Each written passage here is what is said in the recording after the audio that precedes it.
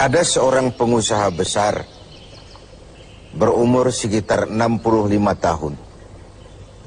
Terkenal, asetnya tidak lagi terhitung.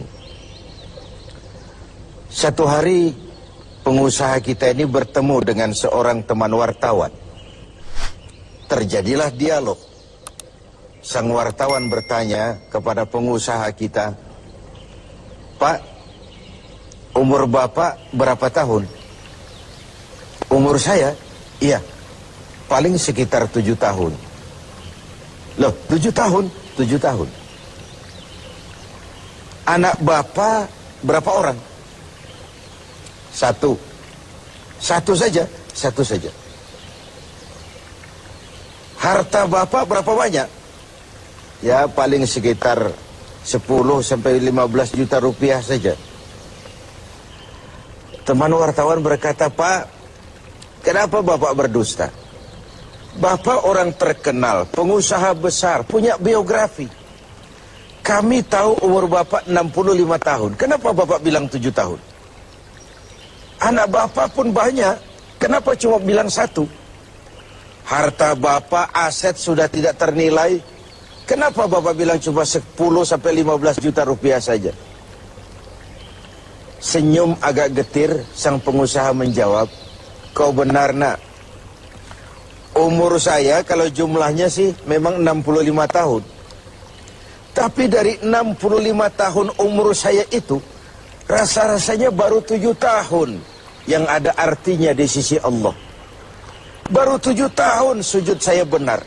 Baru 7 tahun saya laksanakan perintahnya, saya tinggalkan larangannya. Sisa umur yang lain habis kelabu warnanya, penuh dosa dan keingkaran.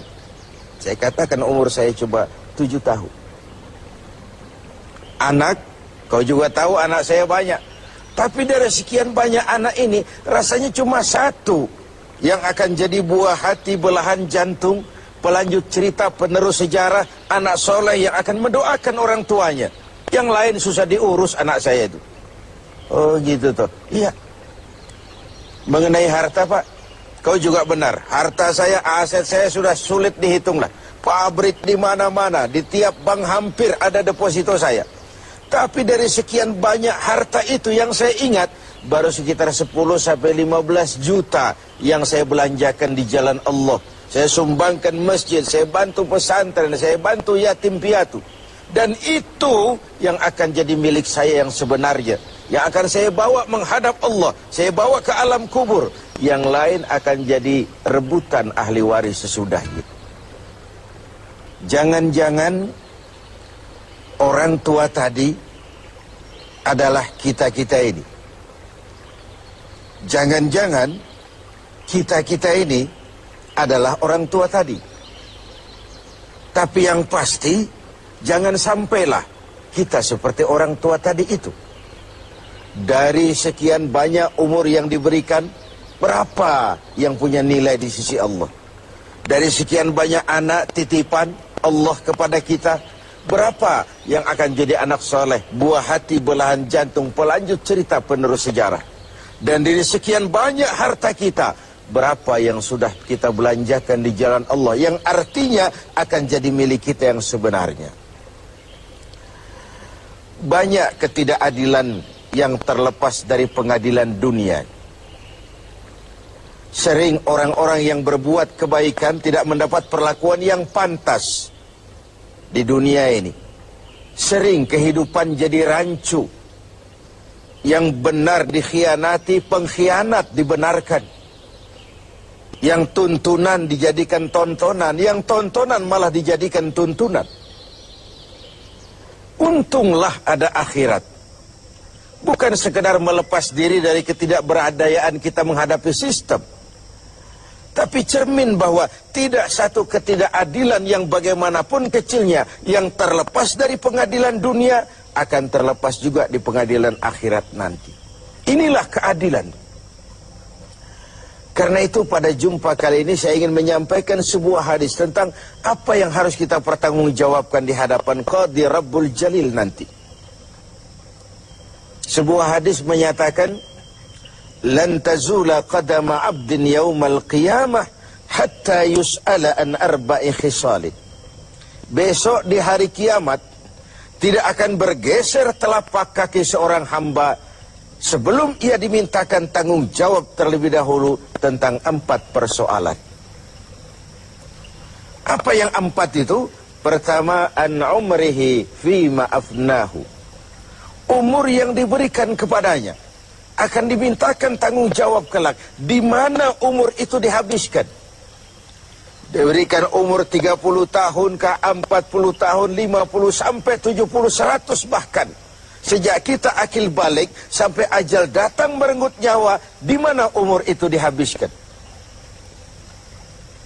Kita sering main-main, padahal waktu berjalan terus. Kita sering lalai dan lupa, padahal malaikat maut tidak pernah lalai dan lupa. Seorang Nabi Yakub alaihissalam, seketika akan ajal, beliau menanyakan, kalau saya ajal kenapa tidak diberitahu lebih dahulu? Kata malaikat maut, sudah diberitahu. Loh, bagaimana caranya diberitahu? Perubahan yang terjadi pada fisik kita adalah pemberitahuan. Uban yang bertabur, mata yang mulai lamur, pendengaran yang mulai kabur, itu semua pemberitahuan agar kita mawas diri. Umur akan dimintakan pertanggungan jawab. Di mana umur itu dihabiskan? William Shakespeare memang pernah bilang, waktu hidup itu singkat. Tahu-tahu baru saja zuhur, tahu-tahu sudah asar. Baru saja asar, tahu-tahu sudah maghrib. Yang kemarin anak-anak, tahu-tahu sudah punya anak. Tahu-tahu, dan tahu-tahu. The time of life is short, kata Shakespeare. Waktu hidup itu singkat betul. Namun waktu yang singkat akan terasa ada manfaatnya kalau kita bisa memanfaatkannya dengan yang sebaik-baiknya. Apalah umur panjang kalau cuma untuk menimbun dosa dan kesalahan. Lebih baik umur yang panjang tapi untuk mengkoleksi berbagai kebajikan. Inilah makna ucapan Nabi, khairukum man tala umruhu wa hasuna amalu. Yang terbaik di antara kamu orang yang panjang umurnya dan banyak juga kebaikannya. Umur ini yang sering kita berleha-leha menghabiskannya untuk sesuatu yang tidak punya nilai, kelak akan dimintakan tanggung jawab di hadapan Allah Azza wa Jalla. Lalu yang kedua, wa an syababihi fima ablahu. Masa muda, pernah diberikan umur muda. Di mana dihabiskan umur muda itu? Hura-hura atau untuk sesuatu yang bermanfaat? Dahulu ada seorang selebritis lah kalau zaman kita sekarang. Namanya Ibrahim bin Adham. Namanya Malik bin Dinar. Namanya saja sudah Malik bin Dinar, Raja bin Uang. Hidupnya jet set. Satu malam dia mengadakan pesta di rumah mewahnya. Datang seorang pengemis, bertanya kepada penjaga pintu, siapa yang punya rumah ini? Bos saya. Iya, Malik bin Dinar. Oh, orang kaya? Orang kaya. Selebriti? Selebriti. Dia hamba apa orang merdeka? Dia orang merdeka. Kalau hamba bagaimana bisa pesta sehebat ini? Orang tua itu senyum lalu bilang, sampaikan kepada bosmu Malik bin Dinar, dia memang orang merdeka. Kalau dia hamba, bukan seperti ini pekerjaannya. Dia orang merdeka. Dilarang tidak terlarang, dicegah pun tidak tercegah. Merdeka dia memperturutkan hawa nafsunya. Kalau dia hamba Allah, bukan begini pekerjaannya. Menghabiskan waktu untuk pesta, hura-hura, sesuatu yang tidak ada gunanya. Ini disampaikan kepada Malik bin Dinar, dia tercenung mendengar orang tua yang misterius itu. Malamnya dia bermimpi kiamat datang. Dia akan dia masukkan ke dalam neraka. Karena itulah lalu dia bertobat dan kemudian menjadi ahli sufi yang terkenal Malik bin Dinar. Masa muda akan dimintakan tanggung jawab. Yang ketiga, wa an ilmihi maza amilabi. Ilmu yang dimilikinya, kemana ilmu itu diamalkan? Untuk mencerdaskan orang atau untuk membodohi orang yang memang sudah bodoh? Untuk membimbing umat atau menyesatkan orang lain? Agar hamba menjadi hamba Allah atau agar orang menghambakan dia? Ilmu akan dimintakan pertanggungan jawab. Yang terakhir, wa an malihi min aina iktasabahu wa fima anfaqahu. Kita akan dimintakan tanggung jawab tentang harta kita.